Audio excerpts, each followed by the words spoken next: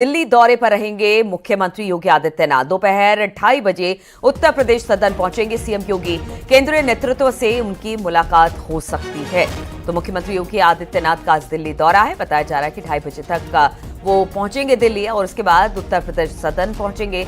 इसके बाद केंद्रीय नेतृत्व से उनकी मुलाकात हो सकती है। कई बड़े नेता हैं जिनसे उनकी मुलाकात संभव बताई जा रही है। और दिल्ली में कल बीजेपी की बड़ी बैठक है। संगठन चुनाव को लेकर बीजेपी की बैठक है। भूपेंद्र चौधरी बैठक में शामिल होंगे। संगठन महामंत्री धनपाल भी बैठक में मौजूद रहने वाले हैं। तो संगठन को लेकर एक बड़ी बैठक बताई जा रही है। दिल्ली में कल बीजेपी की बड़ी बैठक होगी। संगठन चुनाव को लेकर बीजेपी की बैठक, जिसमें भूपेंद्र चौधरी बैठक में शामिल होंगे। संगठन महामंत्री धनपाल भी बैठक में मौजूद रहने वाले हैं।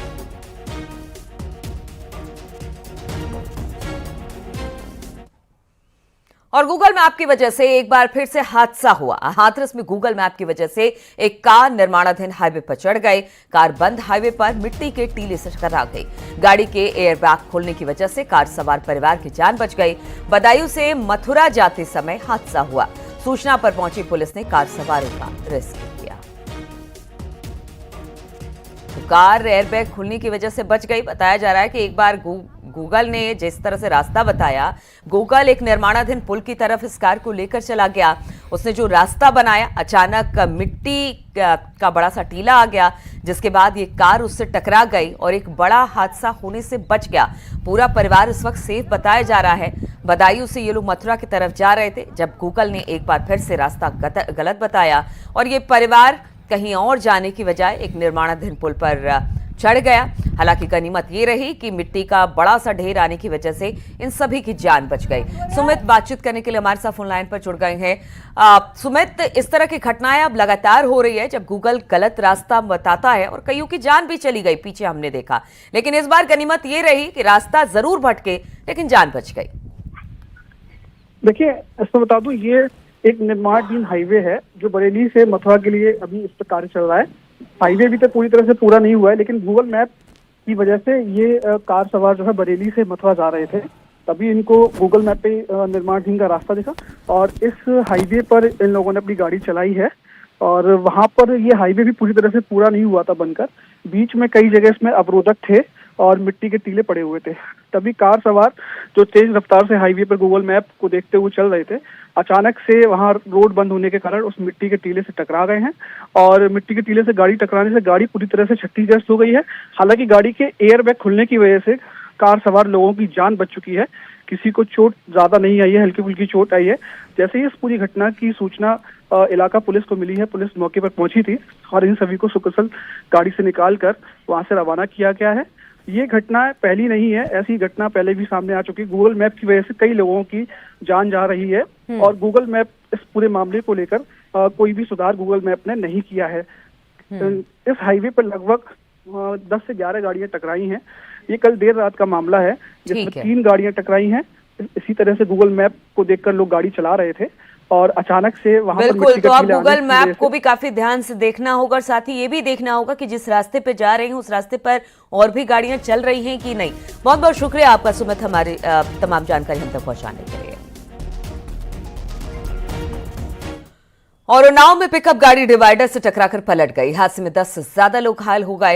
हादसा आगरा लखनऊ एक्सप्रेसवे पर बताया जा रहा है और आज थाना क्षेत्र से 263 माइलस्टोन पर यह हादसा हुआ। हादसे के शिकार हुए लोगों को मेहंदीपुर बालाजी से दर्शन कर ये वापस लौट रहे थे और लखनऊ लौटते वक्त ही यह हादसा हुआ। पिकअप में 26 लोग सवार थे। हादसे की सूचना पर पहुंची ओरास पुलिस और यूपीडीए की टीम ने घायलों को अस्पताल पहुंचाया। गंभीर रूप से जो घायल हैं उनमें से 2 लोगों को केजीएमयू लखनऊ रेफर कर दिया गया है।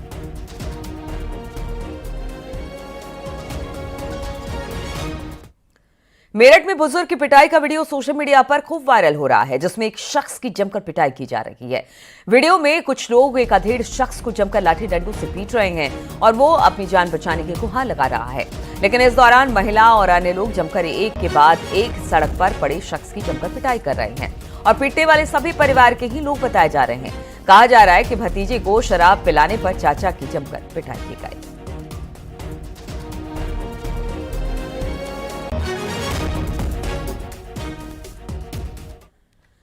महाराजगंज में शातिर चोरों के गैंग के साथ पुलिस की भिड़ंत हो गई, जिसमें बदमाश के पैर में गोली लगी। गैंग में शामिल 3 अन्य लोग भी गिरफ्तार किए गए हैं। बताया जा रहा है कि इन चोरों का जो गैंग था वो पूरे देश में फैला हुआ है, जो चोरी, लूट, छिनैती की वारदात को अंजाम दिया करते थे। बड़ी ज्वेलरी शॉप की रेकी कर निशाना बनाते थे। गिरफ्तार बदमाश के पास से चोरी की ज्वेलरी बरामद की गई है।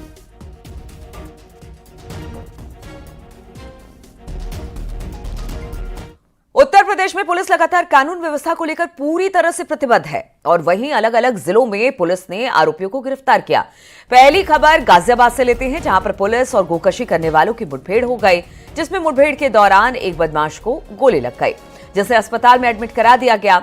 आरोपी के पास से अवैध असलाहा, हथियार, चोरी की बाइक बरामद की गई। वहीं दूसरी खबर हम आपको मथुरा से दिखा रहे हैं, जहां पर पुलिस का ऑपरेशन लंगड़ा जारी है, जिसके तहत पुलिस ने 25,000 के इनामी को मुठभेड़ में घायल किया और आरोपी के कब्जे से तमंचा, कारतूस और बाइक बरामद की। तीसरी तस्वीर बिजनौर की आप देख रहे हैं, जहां पर पुलिस ने गोकशी में शामिल 2 आरोपियों को मुठभेड़ के दौरान गिरफ्तार किया। मुठभेड़ के दौरान पुलिस की गोली लगने से एक बदमाश घायल हो गया। पुलिस ने आरोपियों के पास से गोवंश, अवशेष, अवैध हथियार और बाइक बरामद की है।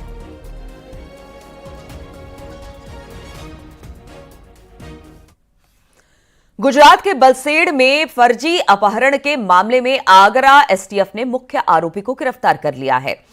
आरोपी गुजरात में अपहरण की घटना को अंजाम देकर आगरा में छिपा हुआ था, जिसके बाद दोनों राज्यों की पुलिस ने मामले को गंभीरता से लेते हुए आरोपी को अरेस्ट किया। आपको बता दें कि आरोपी ने अपने भांजे का ही अपहरण किया, क्योंकि उसकी गर्लफ्रेंड उसकी अश्लील फोटो वीडियो वायरल करने की धमकी के बाद 25 लाख रुपए की डिमांड कर रही थी, जिसके बाद आरोपी ने अपने भांजे के अपहरण कर 30 लाख रुपए की मांग की। इस पूरे मामले को लेकर पुलिस अब जांच पड़ताल में जुट गई है।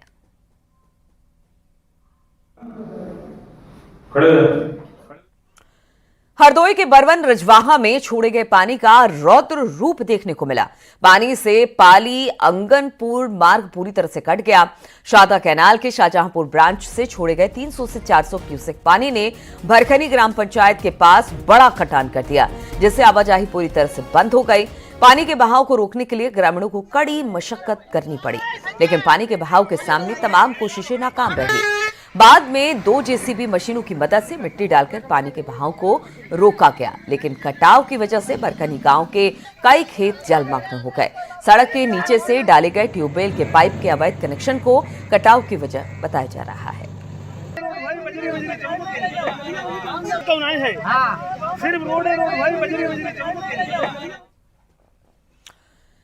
सीतापुर से खबर, जहां पर खेत में काम कर रहे किसान पर एक जंगली जानवर ने हमला कर दिया। हमले में किसान घायल हो गया। किसान का दावा है कि बाघ ने हमला किया। मामला देहात कोतवाली इलाके के पीपरी कला का बताया जा रहा है।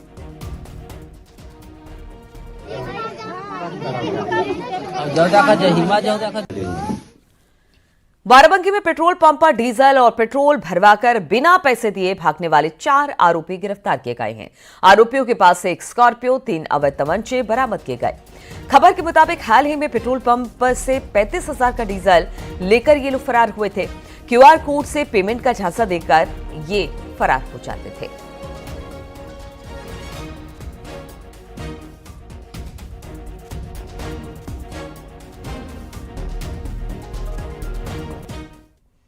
और संभल के शाही जामा मस्जिद के पास पुलिस चौकी बनाने की तैयारी चल रही है। पुलिस चौकी का काम सत्यव्रत चौकी, जो उसका नाम होगा वो सत्यव्रत चौकी होगा, जिसकी नींव खोदी गई है। खाली पड़े मैदान में पैमाइश कर चूने की मार्किंग की गई, फिर नींव की खुदाई शुरू कर दी गई। हिंसा के बाद से यहां सुरक्षा व्यवस्था कड़ी की गई है और सुरक्षा के लिहाज से एहतियात के तौर पर यहां पर एक स्थायी पुलिस चौकी बन रही है, जिससे पुलिस बल आसानी से रह सके और यहां सुरक्षा व्यवस्था में काम कर सके। पुलिस चौकी का निर्माण शुरू होने के बाद ही इलाके में रैपिड एक्शन फोर्स तैनात कर दी गई है। स्थानीय पुलिस भी मौके पर मौजूद है।